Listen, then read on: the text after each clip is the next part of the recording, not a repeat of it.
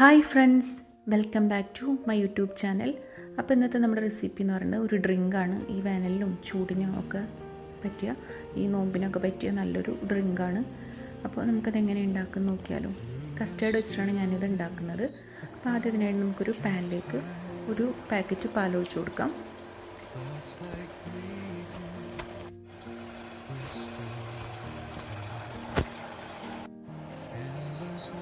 ഒന്ന് ഇളക്കി കൊടുക്കാം.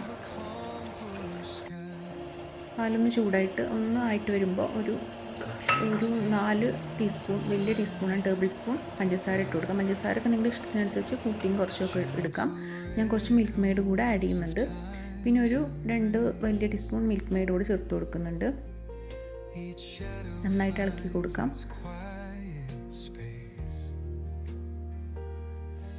ഇനി നമുക്കതിലേക്ക് കസ്റ്റേർഡ് പൗഡർ ഒന്ന് കലക്കിയിട്ട് ഒഴിച്ചു കൊടുക്കാം. ഒരു 4 ടേബിൾ സ്പൂൺ കസ്റ്റേർഡ് പൗഡറാണ് ഞാൻ എടുത്തിട്ടുള്ളത്. അതൊന്ന് കലക്കിയിട്ട് നന്നായിട്ടൊന്ന് കട്ടയൊന്നും ഇല്ലാതെ നന്നായിട്ടൊന്ന് ഇളക്കിയിട്ട് നമുക്ക് പാലിലേക്ക് ഒഴിച്ചു കൊടുക്കാം. നമ്മൾ കുറച്ച് ലൂസായിട്ടാണല്ലോ ഉണ്ടാക്കുന്നത്, അതുകൊണ്ട് ഒരുപാട് കസ്റ്റേർഡ് പൗഡർ വേണ്ട, കുറച്ച് മതി. നന്നായിട്ടൊന്ന് ഇളക്കി കൊടുക്കാം. കട്ടൊന്നും കെട്ടാതെ കസ്റ്റേർഡ് പൗഡർ ഇട്ടിട്ടുണ്ടെങ്കിൽ നന്നായിട്ട് ഇളക്കി കൊടുക്കണം, അല്ലെങ്കിൽ പെട്ടെന്ന് കട്ട പിടിക്കും. അപ്പോൾ കട്ടൊന്നും ആവാതെ നന്നായിട്ടൊന്ന് ഇളക്കി കൊടുക്കാം. തിളച്ചൊന്ന് കുറുകി വരട്ടെ. ഇതുകൂടെ ചെറുതായിട്ടൊന്ന് കുറുകി വന്നിട്ടുണ്ട്. നിങ്ങൾക്ക് വാനില എസൻസ് വേണമെങ്കിൽ ഈ ടൈമിൽ ചേർത്ത് കൊടുക്കാം. ഞാനത് ചേർത്ത് കൊടുക്കുന്നില്ല. ഇപ്പോൾ കസ്റ്റേർഡ് അത്യാവശ്യത്തിനൊന്ന് കുറുകി വന്നിട്ടുണ്ട്.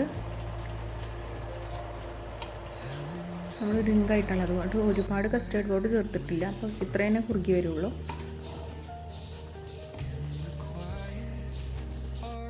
നമുക്കത് തണുക്കാനായിട്ട് മാറ്റി വെക്കാം. ഒന്ന് ചൂടാറിയ ശേഷം ഫ്രിഡ്ജിൽ വെക്കാം. ഫ്രിഡ്ജിൽ വെച്ച് 2-3 മണിക്കൂർ കഴിഞ്ഞിട്ട് നമ്മൾ അത് മിക്സിയുടെ വലിയ ജാറിലേക്ക് ഒഴിച്ച് കൊടുത്തിട്ട് നന്നായിട്ടൊന്ന് അടിച്ചെടുക്കാം. അപ്പോൾ കട്ടൊക്കെ ഒന്ന് മാറിയിട്ടൊന്ന് ഒരു ലൂസായിട്ടുള്ളൊരു കൺസിസ്റ്റൻസിയിലായിട്ട് വരും. അതിലേക്ക് ആവശ്യമായിട്ടുള്ള ഫ്രൂട്ട്സ് ചേർത്ത് കൊടുക്കും. ഞാനിവിടെ ആപ്പിളും അനാറുമാണ് ചേർത്ത് കൊടുക്കുന്നത്. ഒരുപാട് ഫ്രൂട്ട്സ് വേണ്ട, ഡ്രിങ്കല്ലേ. ഇതിങ്ങനെ ഫ്രൂട്ട്സ് ചേർക്കാതെയും കുടിക്കാം, നല്ലതാണ്. ഫ്രൂട്ട്സ് ചേർക്കുമ്പോൾ ഒന്നുകൂടെ ടേസ്റ്റാണ്. ആവശ്യത്തിനുള്ള ഐസ് ക്യൂബ് ചേർത്ത് കൊടുക്കാം. തണുത്തിട്ട് കുടിക്കാനാണ് ഒന്നുകൂടെ ടേസ്റ്റ്.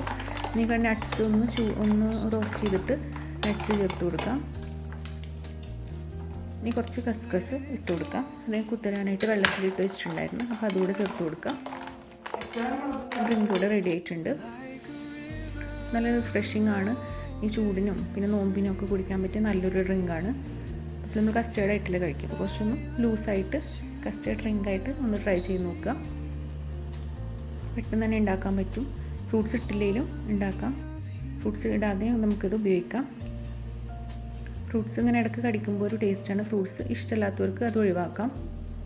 അപ്പോൾ എല്ലാവരും ഒന്ന് ട്രൈ ചെയ്ത് നോക്കുക. പാലും കസ്റ്റേർഡ് പൗഡർ മാത്രമാണെങ്കിൽ അങ്ങനെ ഉണ്ടാക്കാം. മിൽക്ക് മെയ്ഡ് ഒന്നും ചേർക്കണമെന്നില്ല, പഞ്ചസാര മാത്രം ചേർത്താലും മതി. അപ്പോൾ നല്ല ചൂടല്ല, അപ്പോൾ എല്ലാവരും ഒന്ന് ഉണ്ടാക്കി നോക്കുക.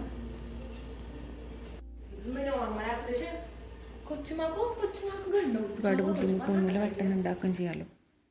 അപ്പോൾ വീഡിയോ ഇഷ്ടപ്പെട്ടെങ്കിൽ സബ്സ്ക്രൈബ് ചെയ്യുക, സപ്പോർട്ട് ചെയ്യുക. പുതിയൊരു വീഡിയോ ആയിട്ട് വരാം. Thank you.